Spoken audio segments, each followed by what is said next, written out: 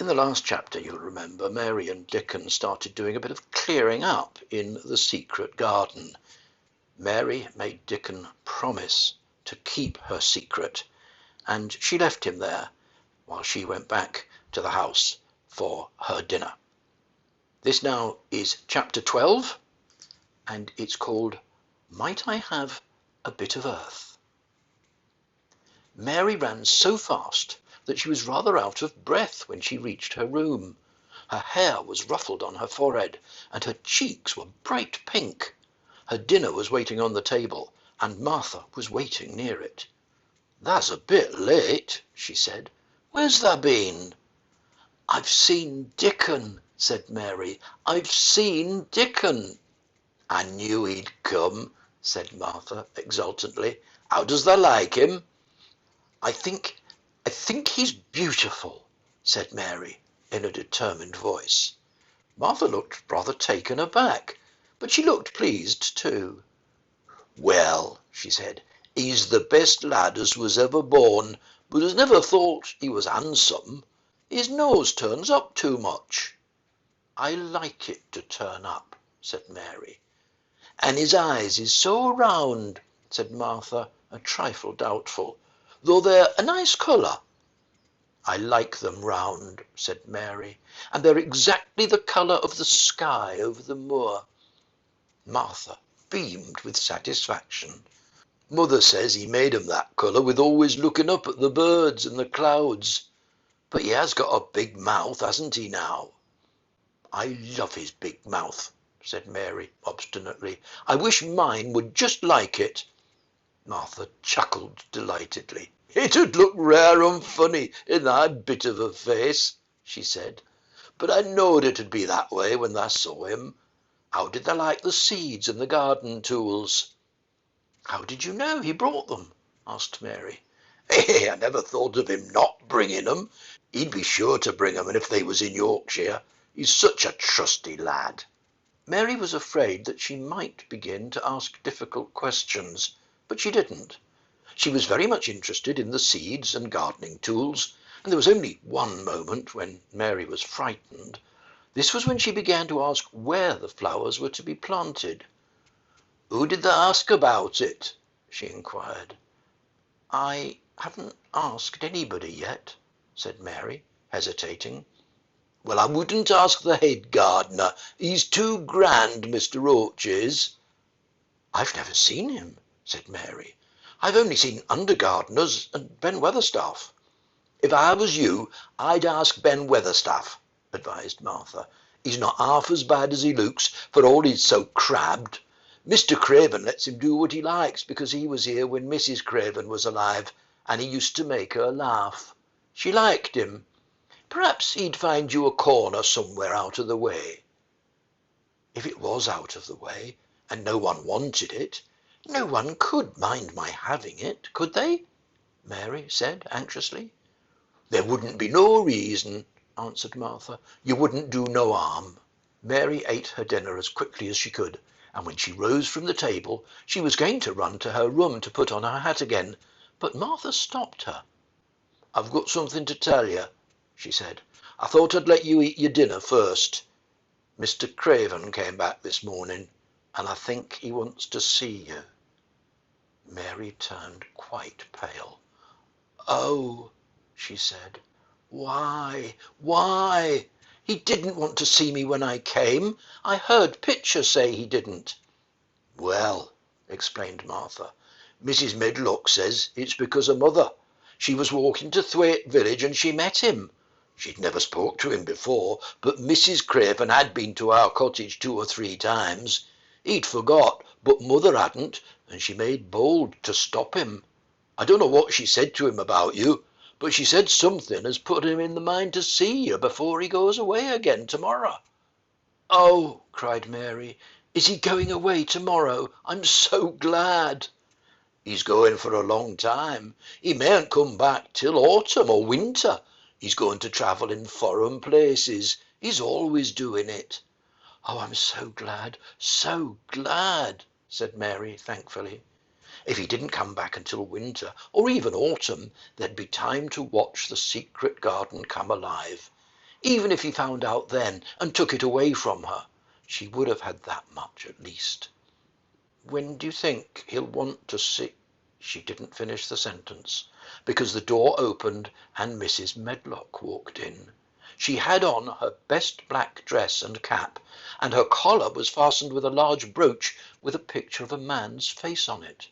It was a colour photograph of Mr. Medlock, who died years ago, and she always wore it when she was dressed up. She looked nervous and excited. "Your hair's rough," she said quickly. "Go and brush it. Martha, help her to slip on her best dress. Mr. Craven sent me to bring her to him in his study." All the pink left Mary's cheeks. Her heart began to thump, and she felt herself changing into a stiff, plain, silent child again. She didn't even answer Mrs. Medlock, but turned and walked into her bedroom, followed by Martha. She said nothing while her dress was changed and her hair brushed, and after she was quite tidy, she followed Mrs. Medlock down the corridors in silence. What was there for her to say? She was obliged to go and see Mr. Craven, and he wouldn't like her, and she wouldn't like him. She knew what he would think of her. She was taken to a part of the house she'd not been into before. At last Mrs. Medlock knocked at a door, and when someone said, "Come in," they entered the room together. A man was sitting in an armchair before the fire, and Mrs. Medlock spoke to him. "This is Miss Mary, sir," she said. "You can go and leave her here. I'll ring for you when I want you to take her away," said Mr. Craven. When she went out and closed the door, Mary could only stand waiting, a plain little thing, twisting her thin hands together. She could see that the man in the chair wasn't so much a hunchback as a man with high, rather crooked shoulders, and he had black hair streaked with white. He turned his head over his high shoulders and spoke to her. "Come here," he said. Mary went to him. He wasn't ugly. His face would have been handsome if it hadn't been so miserable. He looked as if the sight of her worried and fretted him, and as if he didn't know what in the world to do with her. "Are you well?" he asked. "Yes," answered Mary. "Do they take good care of you?" "Yes." He rubbed his forehead fretfully as he looked her over. "You're very thin," he said. "I am getting fatter," Mary answered, in what she knew was her stiffest way. What an unhappy face he had! His black eyes seemed as if they scarcely saw her, as if they were seeing something else, and he could hardly keep his thoughts upon her. "I forgot you," he said. "How could I remember you? I intended to send you a governess or a nurse or someone of that sort, but I forgot." "Please," began Mary, "please," and then the lump in her throat choked her. "What do you want to say?" he inquired. I'm too big for a nurse," said Mary, "and please don't make me have a governess yet." He rubbed his forehead again and stared at her. "That was what the Sowerby woman said," he muttered absent-mindedly. Then Mary gathered a scrap of courage. Is she Martha's mother?" she stammered. "Yes, I think so," he replied. "She knows about children," said Mary. "She has 12. She knows." He seemed to rouse himself. "What do you want to do?" "I want to play out of doors," Mary answered, hoping that her voice didn't tremble. "I never liked it in India. It makes me hungry here, and I am getting fatter." He was watching her. "Mrs. Sowerby said it would do you good." "Perhaps it will," he said. "She thought you'd better get stronger before you had a governess." "It makes me feel strong when I play, and the wind comes over the moor," argued Mary. "Where do you play?" he asked next. "Everywhere," gasped Mary. "Martha's mother sent me a skipping rope. I skip and run, and I look about to see if things are beginning to stick up out of the earth. I don't do any harm." "Don't look so frightened," he said. in a worried voice. "You couldn't do any harm, a child like you. You may do what you like." Mary put her hand up to her throat, because she was afraid he might see the excited lump which she felt jump into it. She came a step nearer to him. "May I?" she said tremulously. Her anxious little face seemed to worry him more than ever. "Don't look so frightened," he exclaimed. "Of course you may. I'm your guardian, though I'm a poor one for any child. I can't give you time or attention. I am too ill and wretched and distracted. But I wish you to be happy and comfortable. I don't know anything about children, but Mrs. Medlock is to see that you have all you need. I sent for you today because Mrs. Sowerby said I ought to see you. Her daughter had talked about you. She thought you needed fresh air and freedom and running about." "She knows all about children," Mary said again, in spite of herself. "She ought to," said Mr. Craven. "I thought her rather bold to stop me on the moor, but she said Mrs. Craven had been kind to her." It seemed hard for him to speak his dead wife's name. "She's a respectable woman. Now I've seen you, I think she said sensible things. Play out of doors as much as you like. It's a big place, and you may go where you like and amuse yourself as you like. Is there anything you want?" As if a sudden thought had struck him. "Do you want toys? Books? Dolls?" Might I?" quavered Mary. "Might I have a bit of earth?" In her eagerness, she didn't realize how queer the words would sound, and that they weren't the ones she'd meant to say. Mr. Craven looked quite startled. "Earth?" he repeated. "What do you mean?" "To plant seeds in, to make things grow, to see them come alive," Mary faltered. He gazed at her a moment, and then passed his hand quickly over his eyes. "Do you care about gardens so much?" he said slowly. "I didn't know about them in India," said Mary. "I was always ill and tired, and it was too hot. I sometimes made little beds in the sand and stuck flowers in them, but here it's different." Mr. Craven got up and began to walk slowly across the room. "A bit of earth," he said to himself, and Mary thought that somehow she must have reminded him of something. When he stopped and spoke to her, his dark eyes looked almost soft and kind. "You can have as much earth as you want," he said. "You remind me of someone else who loved the earth and things that grow. When you see a bit of earth you want," with something like a smile, "take it, child, and make it come alive." "May I take it from anywhere, if it's not wanted?"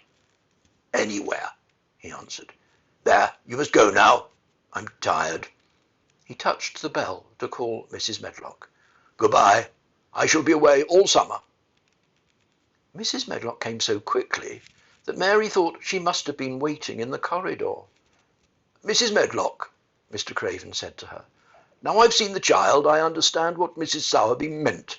She must be less delicate before she begins lessons. Give her simple, healthy food. Let her run wild in the garden. Don't look after her too much. She needs liberty and fresh air and romping about. Mrs. Sowerby is to come and see her now and then, and she may sometimes go to the cottage." Mrs. Medlock looked pleased. She was relieved to hear that she needn't look after Mary too much. She'd felt her a tiresome charge, and had indeed seen as little of her as she dared. In addition to this, she was fond of Martha's mother. "Thank you, sir," she said. "Susan Sowerby and me went to school together, and she's as sensible and good-hearted a woman as you'd find in a day's walk. I never had any children myself, and she's had 12, and there never was healthier or better ones. Miss Mary can get no harm from them. I'd always take Susan Sowerby's advice about children myself. She's what you might call healthy-minded, if you understand me." "I understand," Mr. Craven answered. "Take Miss Mary away now, and send Pitcher to me." When Mrs. Medlock left her at the end of her own corridor, Mary flew back to her room. She found Martha waiting there. Martha had, in fact, hurried back after she'd removed the dinner service. "I can have my garden," cried Mary. "I may have it where I like. I'm not going to have a governess for a long time. Your mother's coming to see me, and I may go to your cottage. He says a little girl like me couldn't do any harm, and I may do what I like anywhere." "Eh?" said Martha delightedly. "That was nice of him, wasn't it?" "Martha," said Mary solemnly, "he is really a nice man, only his face is so miserable, and his forehead is all drawn together." She ran as quickly as she could to the garden. She'd been away so much longer than she'd thought she should, and she knew Dickon would have had to set out early on his 5-mile walk. When she slipped through the door under the ivy, she saw he wasn't working where she'd left him. The gardening tools were laid together under a tree. She ran to them, looking all around the place, but there was no Dickon to be seen. He'd gone away, and the secret garden was empty, except for the robin, who'd just flown across the wall and sat on a standard rosebush watching her. "He's gone," she said woefully. "Oh, was he only a wood fairy?" Something white fastened to the standard rosebush caught her eye. It was a piece of paper. In fact, it was a piece of the letter that she had printed for Martha to send to Dickon. It was fastened on the bush with a long thorn, and in a minute she knew Dickon had left it there. There were some roughly printed letters on it, and a sort of picture. At first she couldn't tell what it was. Then she saw it was meant to be a nest with a bird sitting on it. Underneath were the printed letters, and they said, "I will come back." More soon.